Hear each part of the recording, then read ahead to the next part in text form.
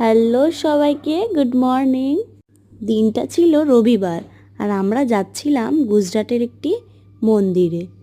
বাড়ি থেকে প্রায় 10 মিনিট লাগে। মন্দিরটার নাম ছিল ত্রিমন্দির। এখানে প্রায় 5-6 বার যাওয়া হয়ে গেছে। এই মন্দিরটায় আসলে খুব শান্তি লাগে, খুব সুন্দর জায়গাটা।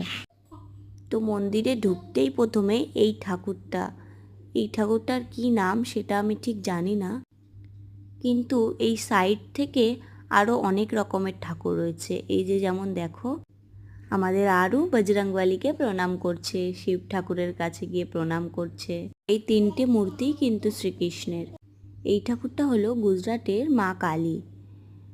কোনো একদিন সেই মন্দিরটাতেও গিয়ে তোমাদেরকে ভিডিও করে দেখাবো। মন্দিরের ওপরের ভিউটা এত সুন্দর, এত বড়, খুব ভালো লাগে এখানে থাকতে।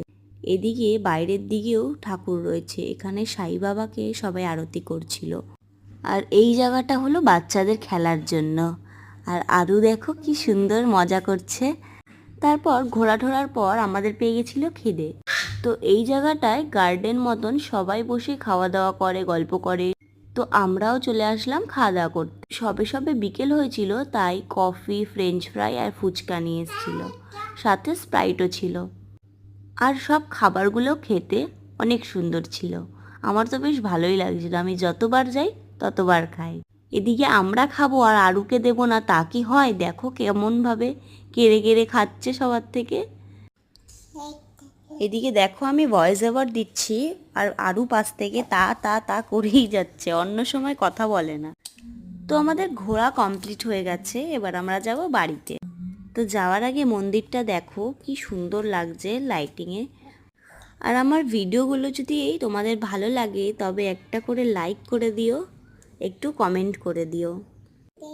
তো বাড়ি যাওয়ার পথে এখান থেকে গাড়ি পাওয়া খুব মুশকিল।